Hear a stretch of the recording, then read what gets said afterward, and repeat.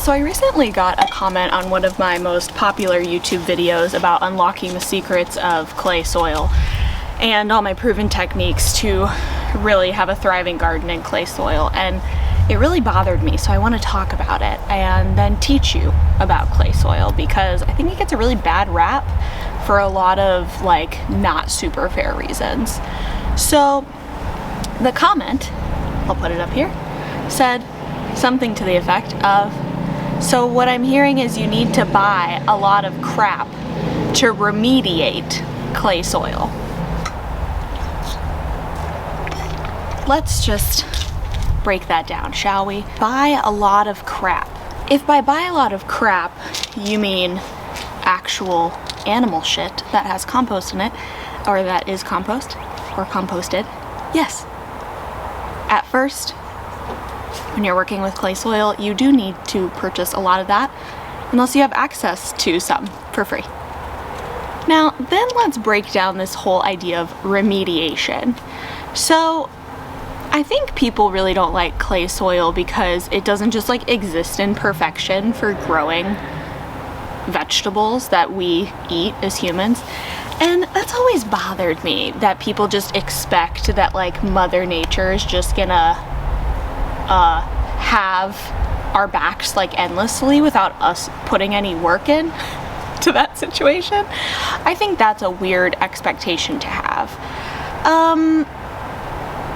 Yeah, I just think it's bizarre, and I think a lot of people who get frustrated with gardening get frustrated because they don't take the time to understand the soil that they're working with, the climate they're in, the area that they're in. They just expect it to work naturally because Mother Nature exists, and then they just get frustrated when it doesn't work, which is fine. That makes sense. That may be why you're here. But clay soil, I think, gets a really, really bad rap because people just don't want to work with it. I have taught plenty of people how to work with clay soil. My own gardens have always been in clay soil, so when I first started gardening on a large scale at my community garden, all the gardens were in the ground. They literally measured a 10-foot by 20-foot plot on the ground and said, here you go. There was no barriers. You were expected to take care of your walkways, and it was just in the ground. There was no mulch. The only thing that was there was maybe some compost that the person before you had put down, okay? So, and I've always had very good, thriving gardens. Now, I've also made mistakes. I've done things that have not made any sense, and I've made the mistakes so you don't have to. So, now that my monologue is over, let's learn a little bit about clay soil, and then I'm going to tell you all the things that I do to have an absolutely thriving garden in clay soil. Now, before we proceed throughout the video, I want to kind of put my money where my mouth is. I actually had a soil analysis done recently, and I'm gonna put it over here. Everything is in the optimal to high range except for one of the levels that I'm not remembering, but it's over here. And this is how my soil is, and I have raised beds that are 6 inches off the ground, but that I layer in my soil, and I'll tell you about how I kind of establish the beds later. So I still consider myself an in-ground gardener, even though I have raised beds that are about 6 inches off the ground. So first things first, what is clay soil? So there's 3 main types of soil. There is clay, sand, and loam. And loam is that chocolatey soil that everybody loves. And loam is decently abundant in the US, but it's mostly in floodplains, areas that previously had glaciers.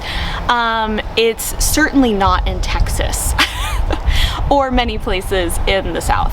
So loam is very rare. Now, you might be thinking, okay, well, if loam is just a perfect blend of clay and sand, then why don't I just mix sand into my clay soil? Don't do that. Please don't do that. I'm gonna start out strong saying, do not do that.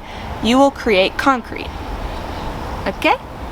Okay. Now, the biggest thing that differentiates these different soil types is their water retention, their propensity for erosion, and really just the molecule size of the dirt, right? So clay soil, the molecules are going to be very small, and they're going to be very tightly packed together, which is awesome for water retention, nutrient retention. It's not awesome for when it dries out. So when you combine that really tight molecule structure with this propensity to hold water but then completely dry out, you also get what we deal with in Texas, which is a lot of extreme weather events. So when I say extreme weather events, we don't get like an inch of rain a week. We get like 3 inches of rain once a month, and it comes down all at one time. So if your soil is not covered and your soil is too dry or it's too wet, there's just a lot going on there. So I think a lot of people, that's why they get frustrated with clay soil, because even after you amend it, you can't just let Mother Nature water it or take care of it, because it gets way too dry. It'll lock out all your roots and, quite frankly, kill all your vegetable plants. So in these really tightly packed molecules of clay soil, we have a few things. We have air, water, mineral deposits, and organic matter. So I always like to simplify things and say that soil needs the same 3 things that people do: air, water, and food. So, and the food part will cover both the organic matter and the minerals of what we just talked about, which is soil composition. So if it needs the same 3 things as us, then when we look at clay soil, the molecules are really tightly packed together, so there's not a lot of air moving through those molecules. Whereas if you look at something like sand, granules of sand are much larger, there's more air kind of running through that. But when you have sandy soil, you also lose a lot of water and you lose a lot of nutrients. So just to kind of give you an idea there. So the way I incorporate air into my clay soil is I actually broad fork, and I don't even use a proper broad fork, I use a pitchfork, and I just put my tines down in the ground and then rock back just a little bit, probably go a foot forward, do the same thing, and I do that throughout my whole entire bed.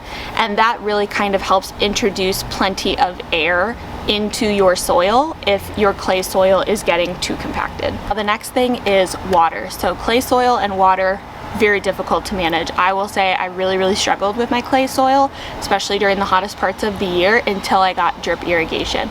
So having something that kind of consistently keeps it moist slowly over time. So my drip irrigation in the summer runs for 60 minutes. Having that water drip slowly over about an hour, I have found is really the best way to manage the water part of like a clay-based garden soil. But the other thing is making sure your soil doesn't get too wet. So because that clay soil holds on to water so well, when we do get a big dumping of rain, I not only encourage new gardeners, but also more seasoned gardeners to always put your hands in your soil. So I always dig down with my hori-hori knife and feel if the soil is moist. If the soil is still moist, like an inch down, you don't need to water. So sometimes if it's rained like 2 or 3 inches, I go 4 or 5 days without watering, because that clay-based soil has such a good capacity to actually hold in water. Alright, so air and water were the easy parts of this. Let's talk about food. Now when I talk about food for the garden, really what I'm talking about is like compost and things that are alive and things that are going to invite life, like worms and fungus and decomposers and things like that. So I amend twice a year with a really good quality compost. The one that I like to use has biochar in it. I also like to use a really high quality soil conditioner at least once a year. Now, are these things expensive? Yeah, kinda, especially if you have a really big garden. So I have gotten really serious about making my own compost, and am trying to be much better about making my own compost. And actually recently I harvested enough compost to amend about half of my beds the way that I would normally amend my beds for the spring. So that was very exciting. So if you get really serious about making your own compost, which I just do with like yard waste, our kitchen scraps, plants that I take out of the garden, I don't really do anything special to my compost either. I just try and like layer it appropriately and keep it wet. You're gonna be able to produce enough compost to tackle your garden. The other thing I will do and add into my garden are spent mushroom blocks. So here in Austin, we have, I think it's Central Texas Mycology. They will have mushroom block drop sites where it's like how they grow the mushrooms, but it's the block. So I actually literally will take those up and either break them up in my compost or break them up straight into my beds works like a dream. Leaf mold compost also works really, really well, like very well. Any kind of animal manure compost works great. Chicken manure compost is really good. So really you want to add a really high amount of that organic matter into your clay soil, and that'll cover like the food portion of soil needing the same things as people to survive, which is air, water, and food. The way that I successfully manage my clay soil to have a big thriving garden is, my first rule of thumb is, if you are newly establishing your garden beds, okay, or you just feel like you need to completely start over, I do not believe in a no-till method. So I used to try and call myself like a no-dig gardener until I tried it, and it did not work because of the clay soil. So here's what I'm going to recommend you do. Now I'm a no-till, no-dig gardener. But when you are establishing your beds, unless you want to wait a very long time to build your soil, I had success with this garden year one because I did this, okay? So just hear me out. What I did was I rented a tiller from Home Depot, and I tilled once, never tilled again. So what that meant is I tilled the area that I wanted my beds in, like how big the beds were, and then I dumped a very special kind of compost onto that bed and tilled that into the native soil. And that was a type of compost with expanded shale. I'll put the bag, or if I can remember what I used, but expanded shale or gypsum is a really, really great thing to start out your raised beds with, because what it's going to do is, expanded shale is a type of rock, and they basically heat it to where it gets really, really porous. So when it gets wet, it can actually hold on to water, and then it just kind of creates these like pockets of water and air in these really, really dense soils that are full of these really tight molecules. So that was how I got things started in my garden. Then I layered on different kinds of compost, a soil conditioner, and then the other thing that I really believe in is heavy uses of mulch. Hi, Lana. That's Lana. She also helped in our digging of the garden beds. You are newly establishing a garden bed. That is what I recommend you do. I'm also going to leave links to my previous videos about how I established this garden bed, what it costs. I have lots of videos about this. I even will link my other video on exactly, will take you step by step. I'm actually amending a garden bed with you. So if you are just starting out a garden bed in clay soil, just go ahead and till it. I know that we all see all over the internet that tilling is bad, and I agree. Tilling on a mass scale over and over and over and over and over again, bad, okay? Tilling once to get yourself established so that you have some success, so that you can keep loving on your soil and keep gardening for many a year to come, totally fine. In fact, I bless it. I bless the practice of till once and never till again. Different types of compost and amendments I have used, I'm going to read off my phone because I've used a lot of them, and these are all ones that I think work great. Leaf mold compost, super high in phosphorus. Composted chicken manure, very high in nitrogen. Smells terrible if you leave it in your car for multiple days. Don't ask me how I know. Worm castings, also high in nitrogen. Mushroom compost, awesome for building fungi network within your soil. Cow manure compost, really good source of nitrogen. Be very careful where you source your cow manure compost, because there is some cow manure that is contaminated with a chemical, an herbicide called Grazon, and Grazon is it's an herbicide meant to kill grasses that kill cows, so it's not a bad thing. But what then it does is it continues to live in cow poop, and then it won't grow delicious things like tomatoes in your garden, and it'll give you what's known as a sad time. So I have gotten away from using cow manure compost in my vegetable beds. That being said, I will use it for flowers, to be abundantly clear. Like roses. Expanded shale, like I talked about. I've heard great things about gypsum. I've never actually used it, but I think I'm going to give it a try next year. That expanded shale compost and gypsum, you only want to use an amendment like that every like 3 or so years, and that just kind of gives it time to break down in your soil. And then the last thing is mycorrhizal fungi. So mycorrhizal fungi is a great way to kind of jumpstart things in your garden in terms of laying down your compost. Okay, so if you are trying to amend your beds, those are all the types of composts that I have used and I think are really great. I would recommend, if you can, buy them in bulk. I cannot do that at my house because our driveway is on too much of a hill and they won't deliver it with a dump truck, which is really a bummer. So twice a year we get in a great workout and we haul bags of compost back here. And it's my husband's favorite activity. Not. Now, mulch.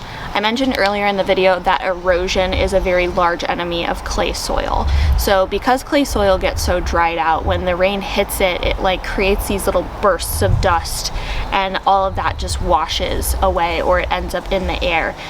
And so preventing erosion in your garden beds is extremely important. I think preventing erosion period is very important.